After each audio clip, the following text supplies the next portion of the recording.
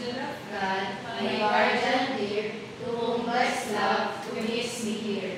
Ever this day be at my side, to light and guard, to rule and guide. Amen. Father, Son, Holy Spirit. Amen. Okay, and we now take your seat. How are you today, class? We're good! That's good to hear.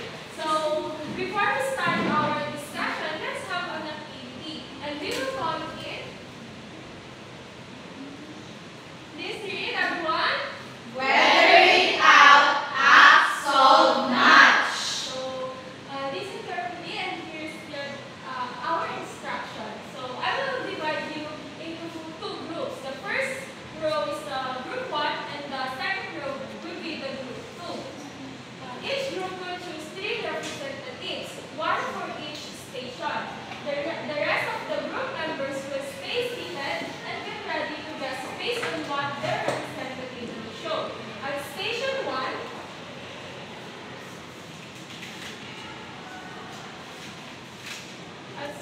1, acting out.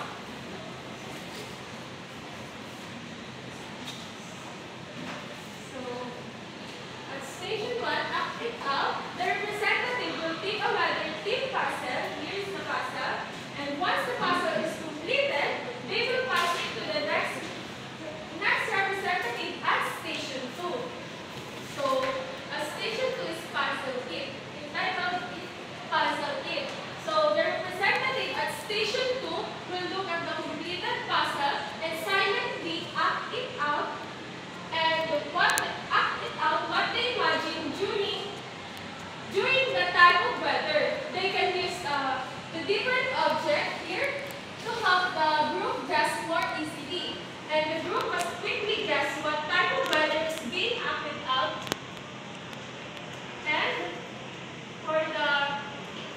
And after the correct guess, the representative at station 2 will pass the completed puzzle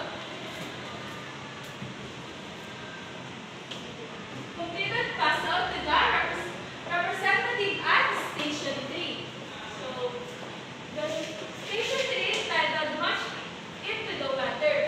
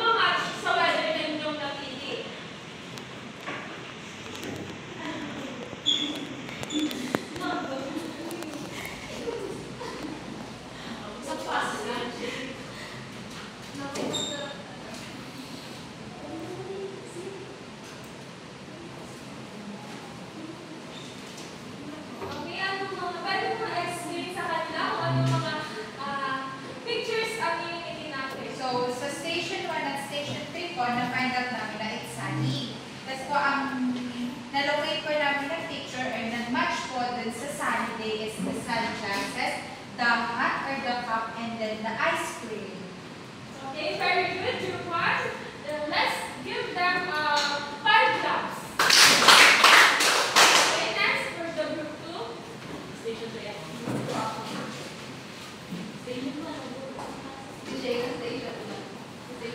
Here's their partner.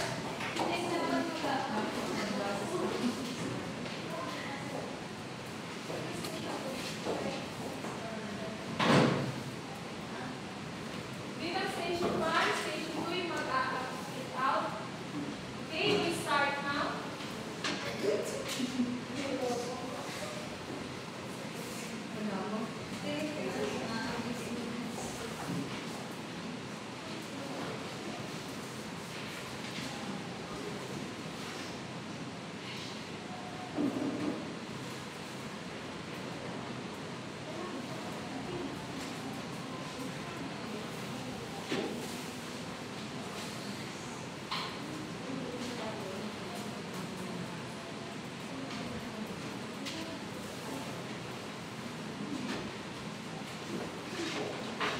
Okay, let's start acting.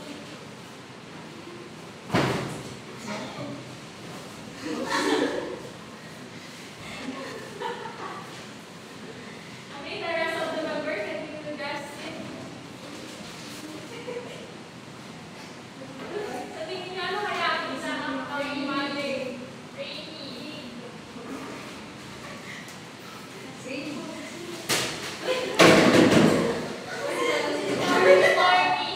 Stormy. Yes, stormy.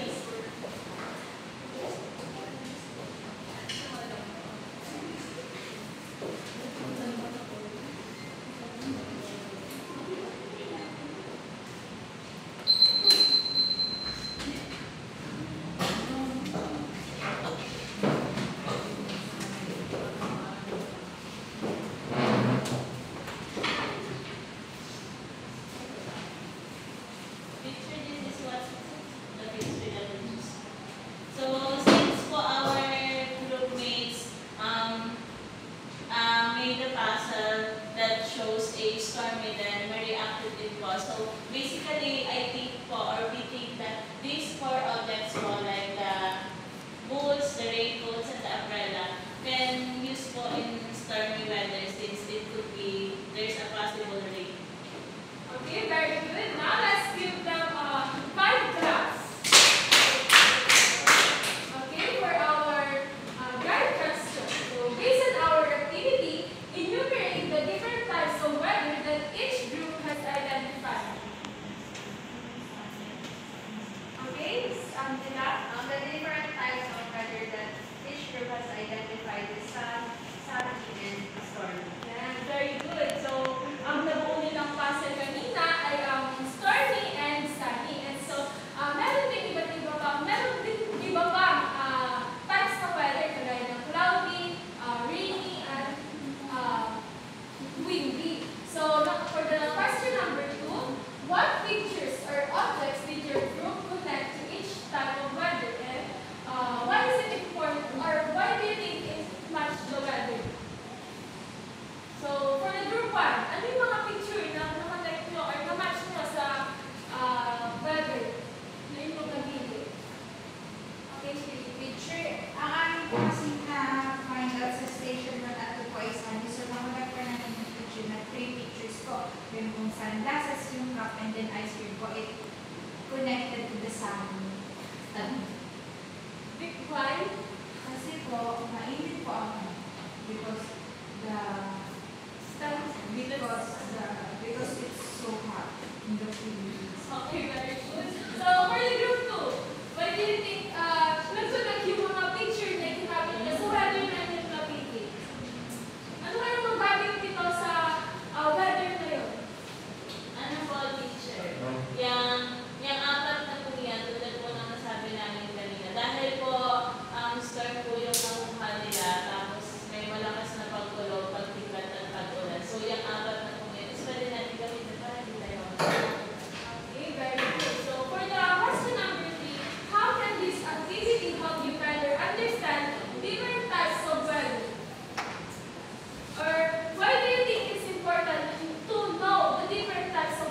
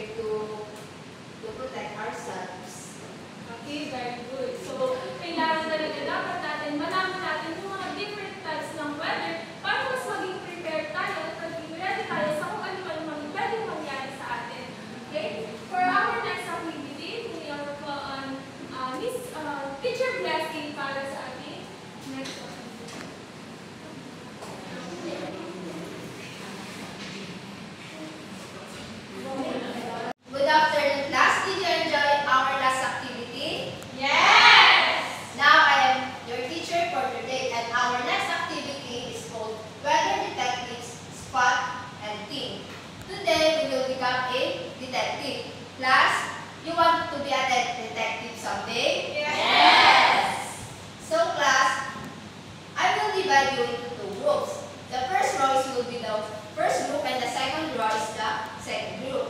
And I have here two pictures, and now you will imagine that you are in these pictures, and I have here the observation chart wherein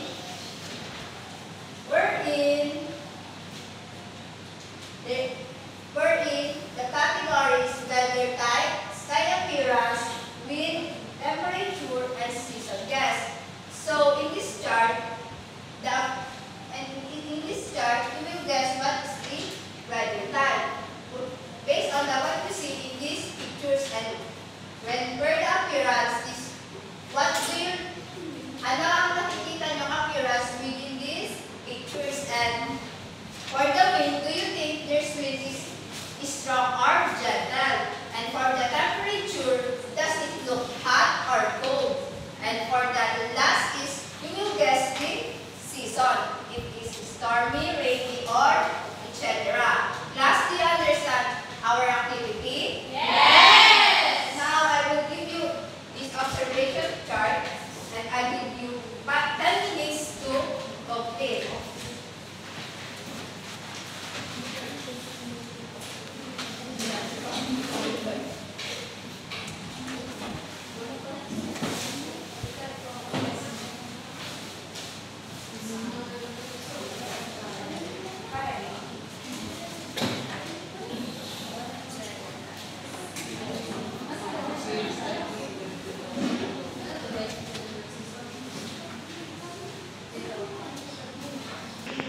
Last, please cooperate on your roommates.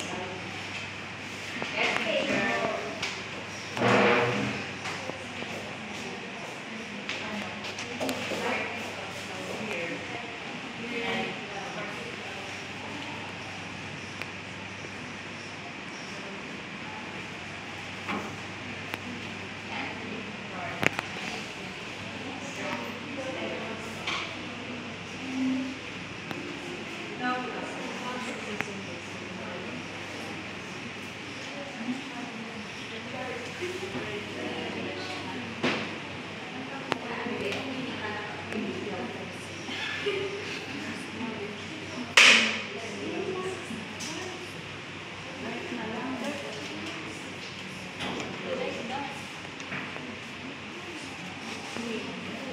Last, you only have 5 minutes to finish this activity.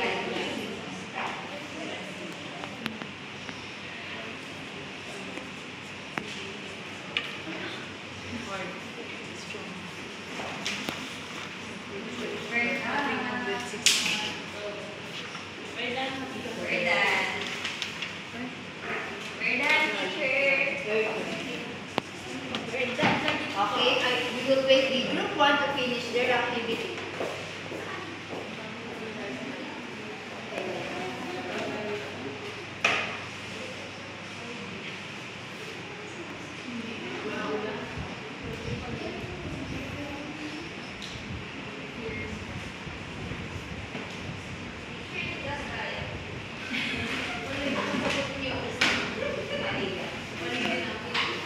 Are you done? Yes! Now, since the group 2 is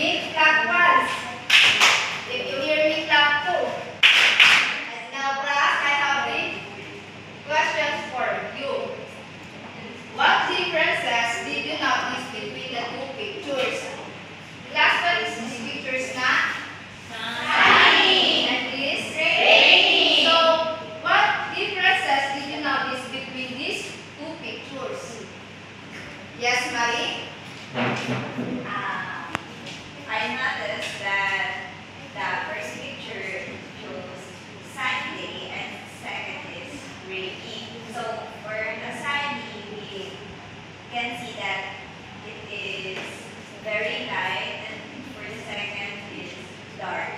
Yes, very good, Marie. Give Marie 3 claps. And for the second is, which type of weather do you prefer and why? On these 2 pictures, which type of weather do you prefer?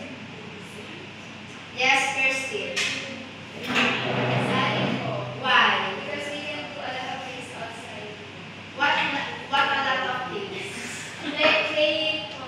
Yes, very good. And for the last question is, how do you think that weather affects our daily activities? Yes, darling.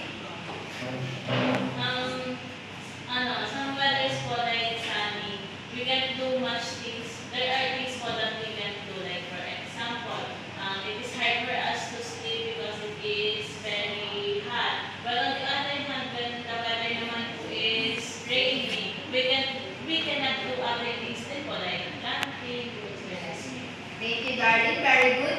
Please give darling 3 claps.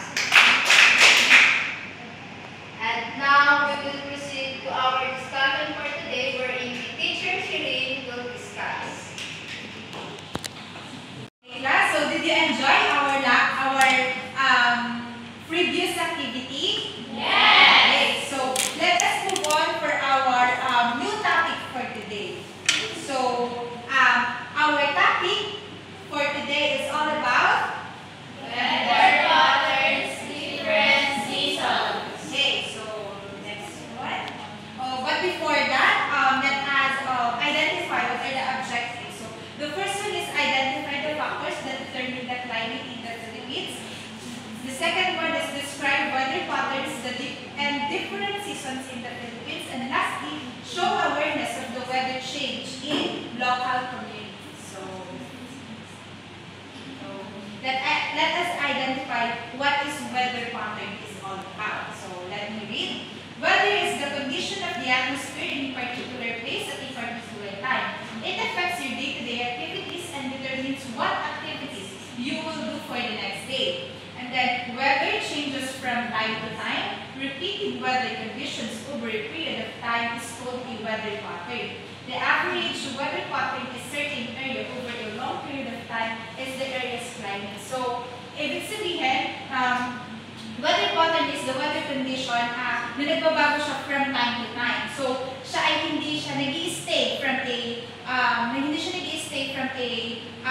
longest period kasi nag-iiba siya. And weather pattern, dito natin na-identify if magbabago ba, kung ano ba ang magiging weather natin para mamaya, para bukas, and para sa mga susunod. And then, kapag naman, repeating weather conditions over a period of time is called weather pattern.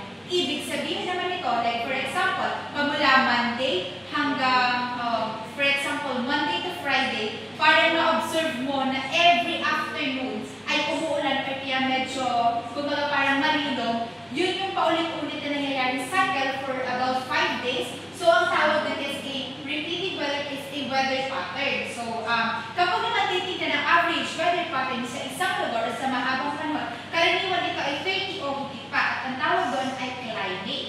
So, the next one. Okay. So, let everyone please read the first one. Yeah. Weather forecast is taken of expected weather conditions in a given place over a period of time from 1 hour in a few days advance. It is determined by scientists by studying the weather through different instruments. The study of weather is called meteorology, and the scientists who study about the weather are called meteorologists. They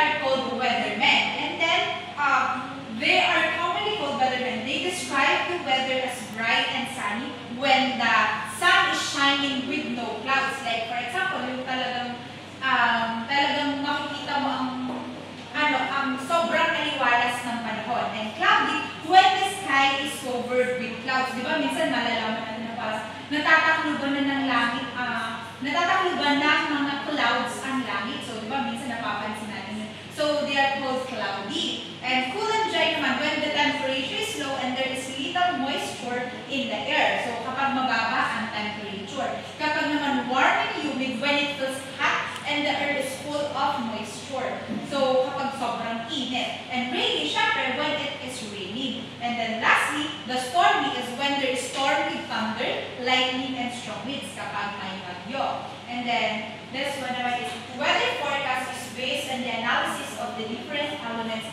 gathered through the different weather instruments. In the Philippines, we have the two agencies. We call this as the logo of PAG-ASA. Please read the definition or the acronym of PAG-ASA. Philippine Atmospheric, Geophysical, and Astronomical Services Administration. So, ang PAG-ASA is sila yung nag-coordinate sa mga ahensya at sila yung nag-observe, nagbabantay, nag-i-state. Kumbaga sila ang may information o sila ang may karapatan na magbigay sa atin ng information about the weather.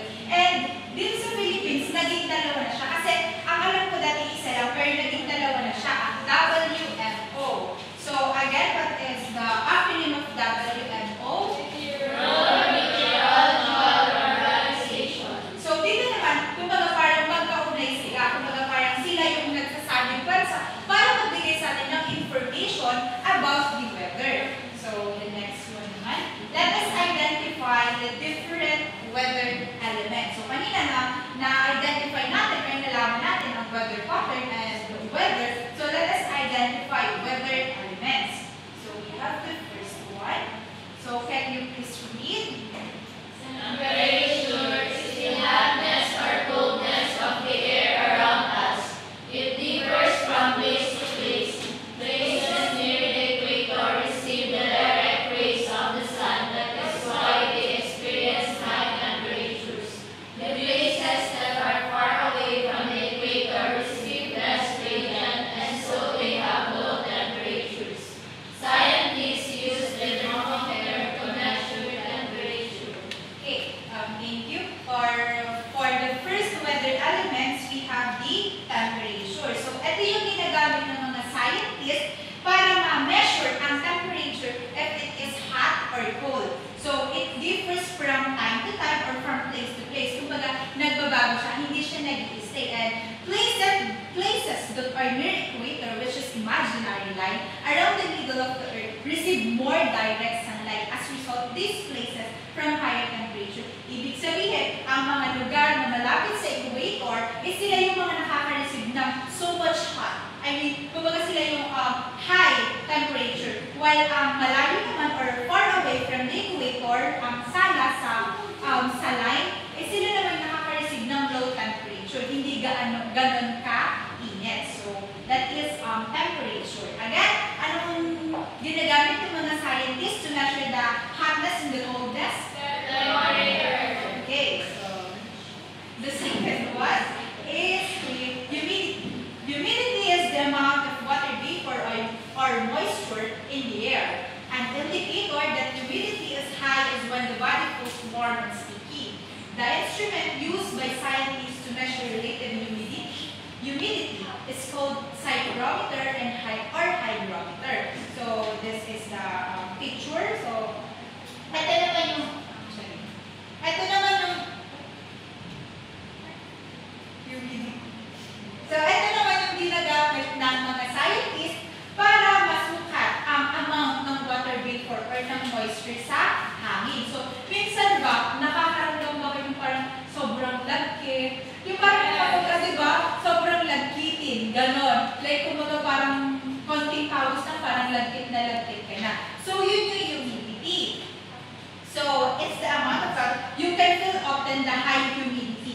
makes the weather feel hot and sticky, and it can be uncomfortable. So, pag kayo pa nakakaranas nito, nagiging uncomfortable ba kayo? Okay, so again, ano ka ulit ang ginagamit ng scientists to measure the humidity? Okay, so thank you. And then the second one is air pressure. Everybody please read. Air pressure is the amount of force exerted by air on Earth's surface. The amount of air pressure depends on a certain point on Earth's surface depending on the density of the air above it. The temperature of the place, water vapor in the atmosphere, and the elevation affect the density of the air. To measure air pressure, scientists use the barometer. Okay, again, here is the picture of the barometer to measure the air pressure. So, air pressure is the force that the air pushes down on the Earth's surface. Even though we can see it, the air around is the weight and it presses down on gravity.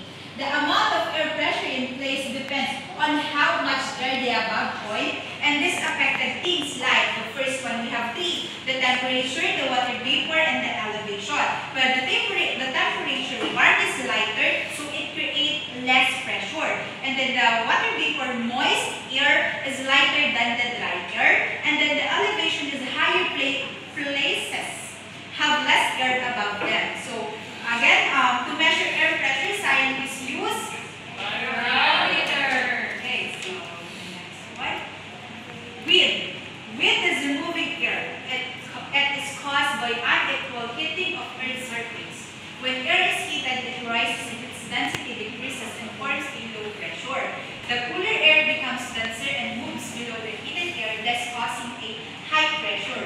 Air moves from high pressure to lower pressure.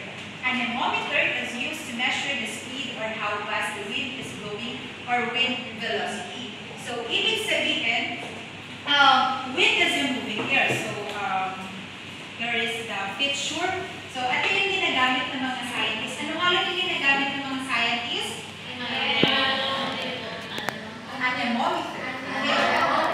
Again, anemometer. Okay. Wind is a moving air. It happens because the sun hits the earth unevenly, meaning some parts got hotter than others. When air gets heated, it becomes lighter, kumbaga less dense, and rises, tumataas, creating an area of low pressure. Cooler air is heavier, more dense naman. Kung kanina, lighter, less dense, ngayon naman, cooler air, heavier, more dense naman yun. So, it sinks and creates an area of high pressure.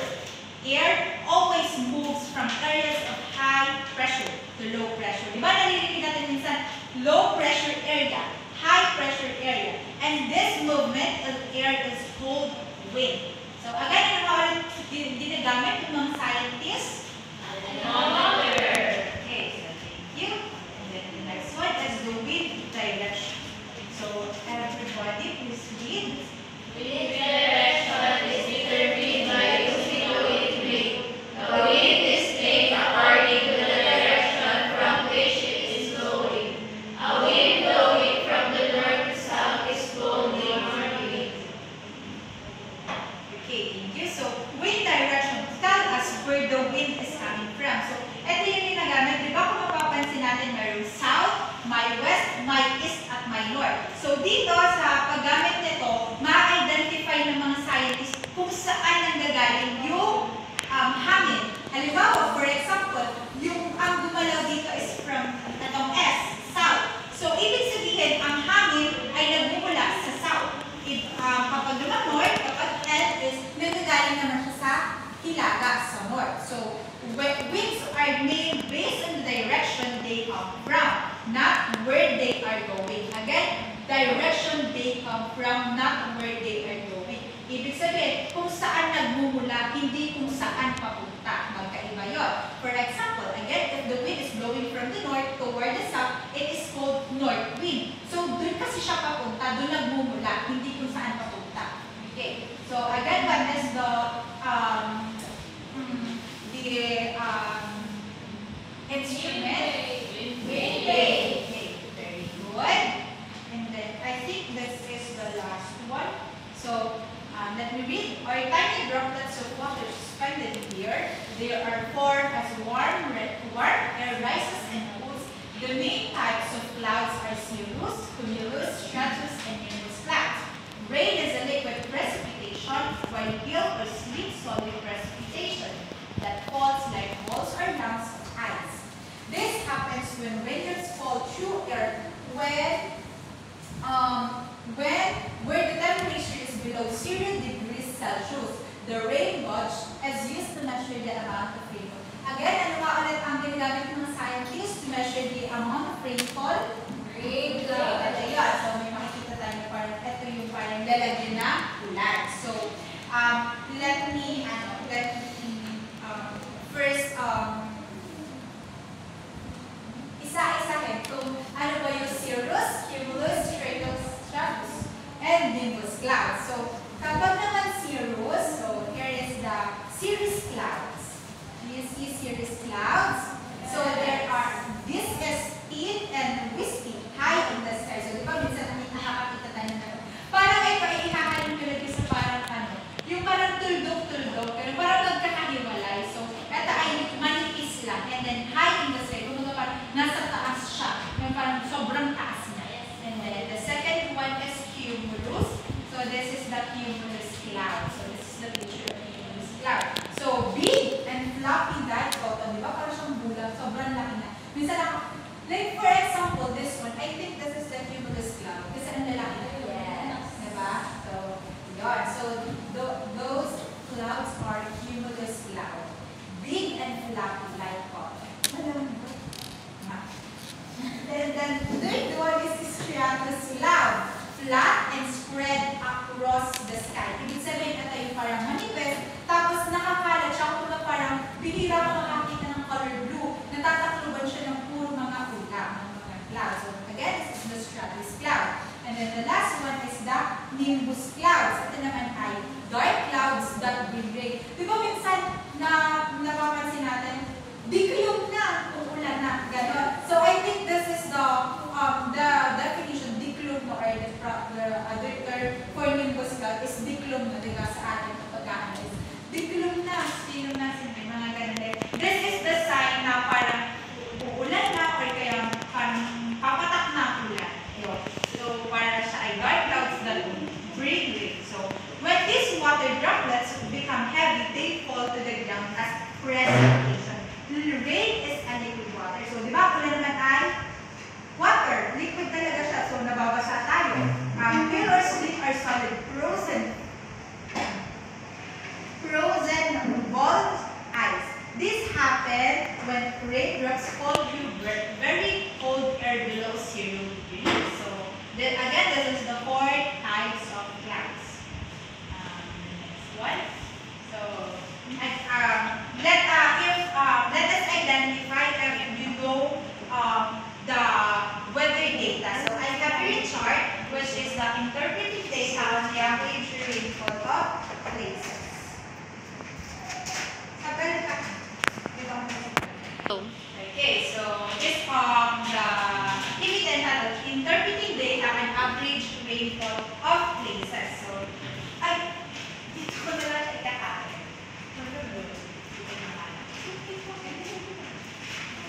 Okay, so number 1, in what months do Cebu, Naga, and Zamboanga experience the heaviest fall? So who wants to answer based on our data or our chart here in front? Yes, Miss Angela. I think the months due Cebu, Naga, and Zamboanga experience the heaviest rainfall is October. Okay, very good. Is that correct, children? Yes! Okay, so the second one is, in what months does Cebu experience less rain? So, kung kanina naman, kung number 1, that's heaviest, ngayon na yung less rain. So, in what months naman daw? Yes, Miss Abanilla? April po. April. So, April is correct, everyone? Yes! Okay, based on your answer, you are so confident. Okay, very good. April is the month that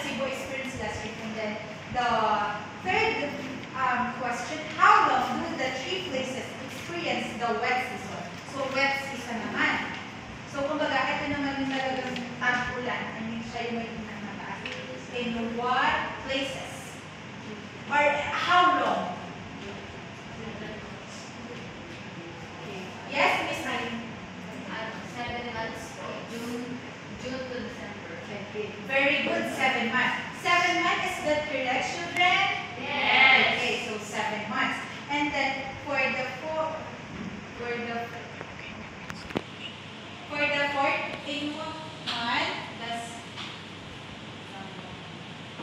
in what month does Zamboanga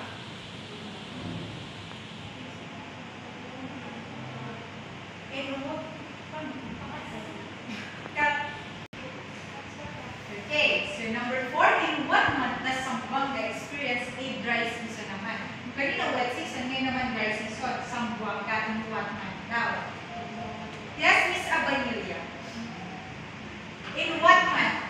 From January to December. What month? January is correct? February. Is that your final answer? Okay, so February is correct? Okay, so February. And then last question, in what months do Cebu, Zamboanga, and Naga experience the heaviest rainfall? Kung siya may pinakamalakas or may pinakamaraming tag-ulan. So yes, Miss Marie, in what month? So, October. October is correct? Okay, so October ang nakaranas ng heaviest rainfall sa Cebu, Zamboanga, and Naga. So, do you know, since the country lies near the equator, generally it has a warm temperature throughout the year. So, ibig sabihin, generally it is warm temperature throughout the year. However, the big bodies of water surrounding the islands, numerous mountain ranges, and the wind system greatly influence the amount of rainfall in different regions. So, malaking factor din na, di ba, ang Pilipinas, although ng Philippines ay maraming isla, maraming mga karagatan, mga lubig. So, ito din ang nakaka-influence kung bakit nasusurround tayo ng mga water and then great influence the amount of water. Because of these factors, rainfall in different regions. Some places get rain at different times of the year. So, di ba sa loob ng isang taon, nakakaranas tayo ng ilang bagyo, di ba? Pinapangalanan pa natin ito from A to Z. So, yun yan. So, the Philippines has a tropical rainforest climate. So, that is why country or the Philippines is generally warm, humid, and rainy most of the time. So, for the next discussion, let me call teacher Michelle. Last time we just continue our discussion. Our next topic is about season on Earth. So please.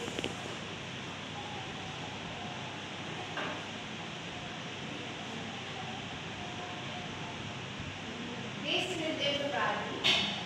Weather is the condition of the atmosphere at a particular place over a short period of time.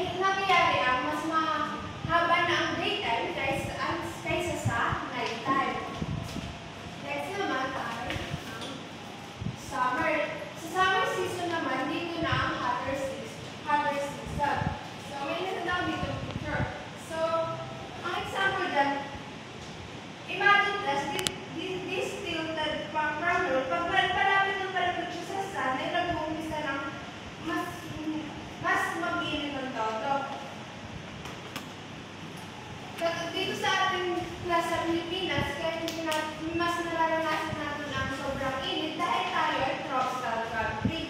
Kaya naman, hindi tayo naapektuhan ng pagbabago ng temperature ng ikot ng earthquake na ito. Kaya sa summer season ng class, mas mahaba ang nararanasan natin araw kaysa sa gabi.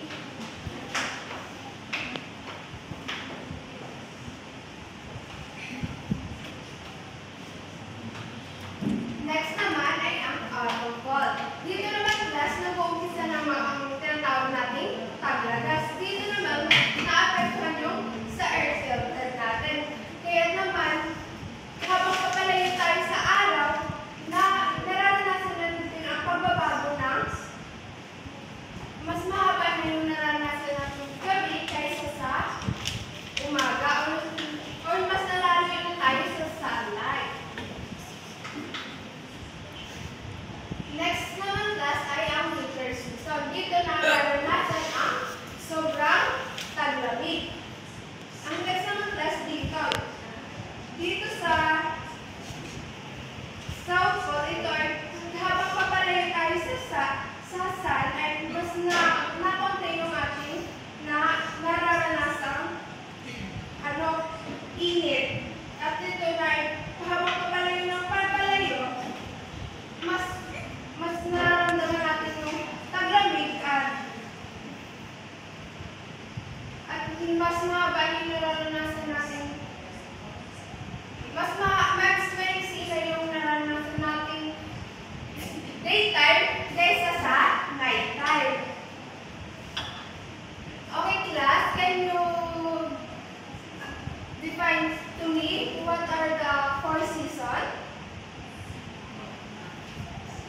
Yes, The Leslie. fourth season ay spring, winter, autumn, at saka po summer. Do you have any question? Okay, that's the end of our discussion. Now may I call in Miss Teacher Hazel for another activity. So for our next activity, we'll have something fun and interactive activity called the Weather Report Challenge. So in this task, you'll work in groups and act as a weather reporters. So this activity will help you understand how weather elements affect our daily lives and how weather patterns differ across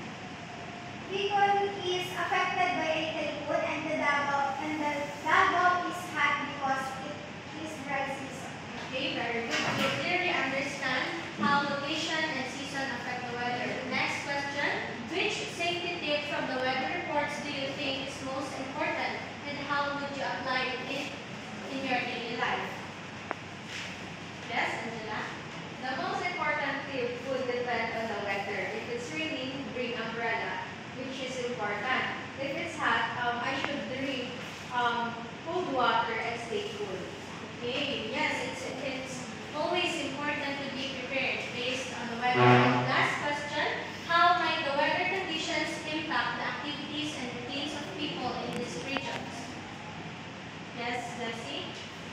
In Baguio po, people can go outside and enjoy the cool weather, while in Metro Manila might cause traffic and delays. And in Bicol, typhoon might stop people from going inside. And last in Davao, the heat might make people stay inside during the hottest time of the day. You explained well how weather affects people's daily lives. So now that you've shared your ideas, let's check your understanding through a short quiz. So please get ready to answer these questions. And now let's call on Teacher Michelle for our quiz. Okay, class, let's see your understanding. We're having a short quiz. Please get one worth of sheet of paper and answer the following.